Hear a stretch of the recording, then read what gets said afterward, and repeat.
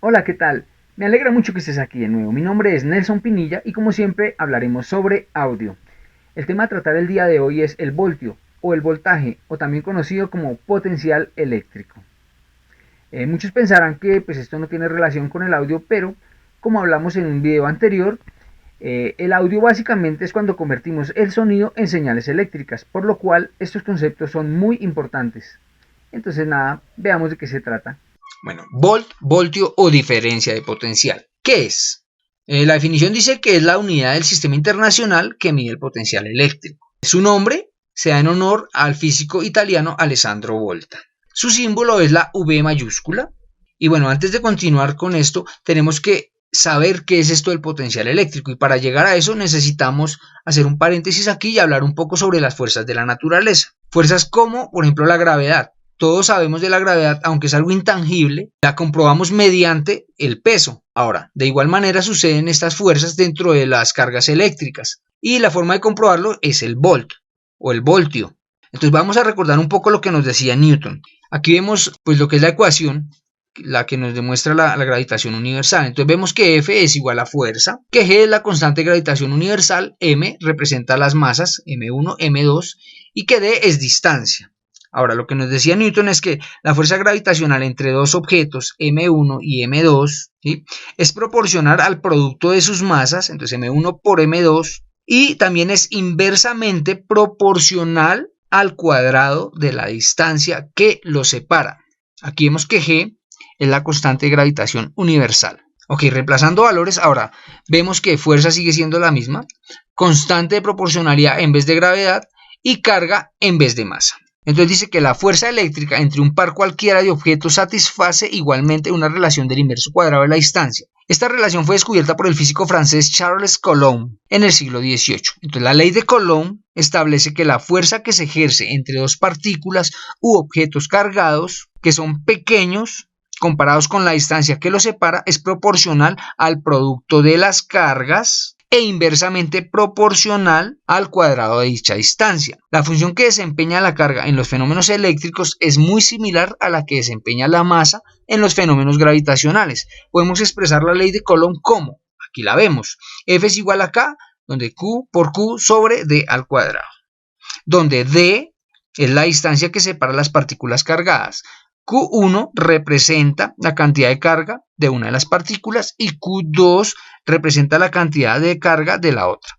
Y K es la constante de proporcionalidad. Ahora, la unidad de carga en el sistema internacional es el Coulomb. Esta es la ley de Coulomb. Se simboliza mediante la letra C.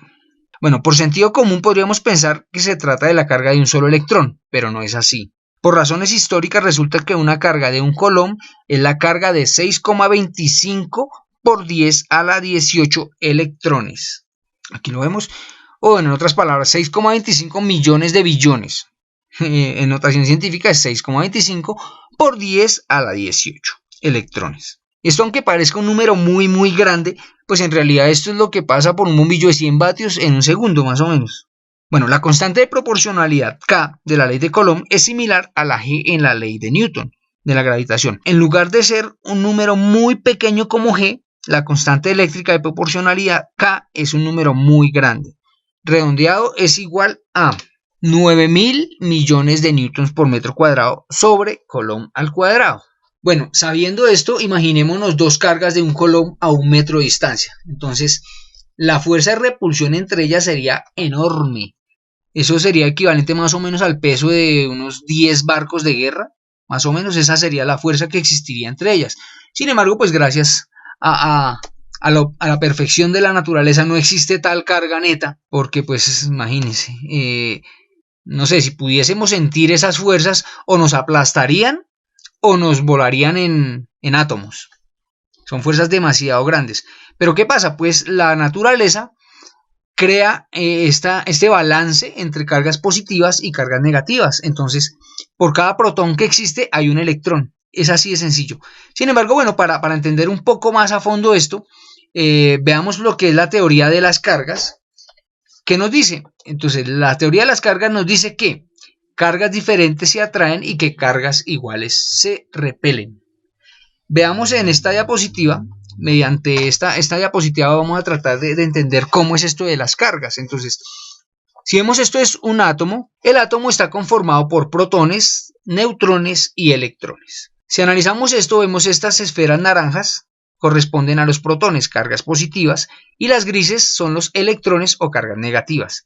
Los neutrones no tienen carga. Cosas para saber sobre los átomos. Bueno, la masa de los protones es unas 2000 veces mayor a la de los electrones, y los neutrones tienen un poco más de masa que los protones. Sin embargo, su carga eléctrica es exactamente igual. Entonces, la carga de cualquier protón comparada con la de cualquier electrón es exactamente la misma. Sabemos ya que cargas iguales se repelen y cargas diferentes se atraen.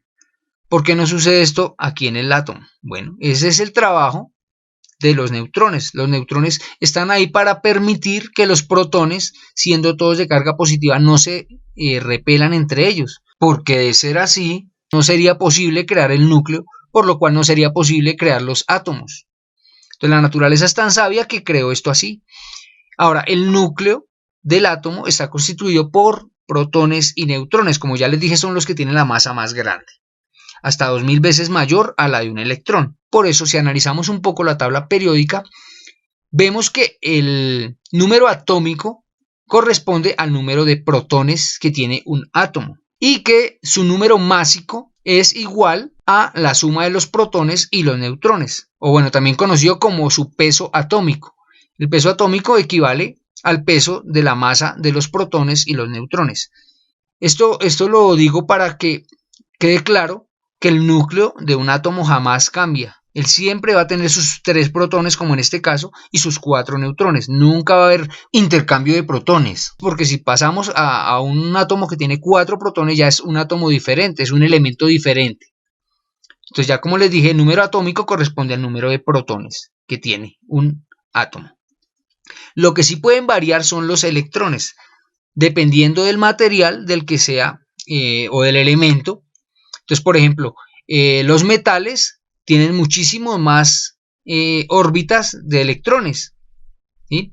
Entonces, entre más alejados están del núcleo, los electrones pues tienen una menor fuerza de atracción. Ya lo vimos anteriormente, que está condicionado al inverso cuadrado de la distancia. Entonces, a mayor distancia es menor la fuerza, por lo cual ahora es más fácil que un electrón de un átomo pase a otro. Ahora, ¿qué sucede cuando esto pasa?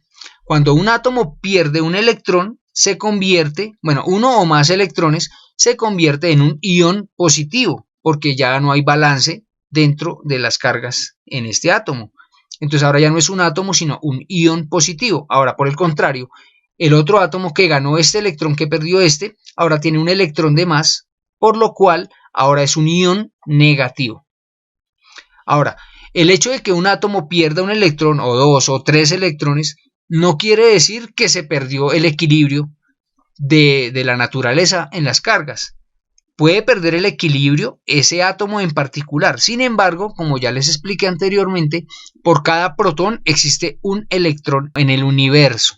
La naturaleza los diseñó de esta manera para que exista siempre una equivalencia o una armonía, y para que se pueda dar la neutralidad eléctrica. Entonces, por eso nosotros no podemos sentir esas fuerzas. Si miramos, por ejemplo, la Luna tiene sus cargas eléctricas, ¿sí? Y la Tierra también. Entonces, eléctricamente la Luna y la Tierra son eléctricamente neutras. Por lo cual, ahora la única fuerza que actúa ahí es la de la gravedad. Por eso, aunque es menor la fuerza de la gravedad que la eléctrica, pues como la de gravedad solamente es de atracción, pues por eso es que la Luna no sale disparada y siempre se mantiene en órbita alrededor de la Tierra, gracias a esa fuerza de gravedad. La fuerza eléctrica, claro que la tiene, pero pues como ya expliqué, se anula cargas positivas con negativas y entonces ahora la carga total es neutra, es cero. Por eso estas fuerzas no podemos sentirlas. Bueno, ya para terminar tenemos que hablar sobre el Joule o Julio. Es la unidad del sistema internacional que se utiliza para medir energía, trabajo y calor. Se simboliza mediante la letra J. Para explicarlo un poco mejor, hagamos una analogía con el peso. Para mover 1 kilogramo de peso se requieren 9.8 newtons metro. De esta misma manera se requiere 1 joule de energía para mover 1 coulomb de carga. Entonces, resumiendo esto, podemos decir que 1 voltio equivale a 1 joule sobre 1 coulomb, sabiendo ya que el joule es el potencial eléctrico o la fuerza necesaria para mover 1 coulomb de carga. No olvides suscribirte y darle a la campanita para que no te pierdas ninguno de mis videos. Hasta la próxima.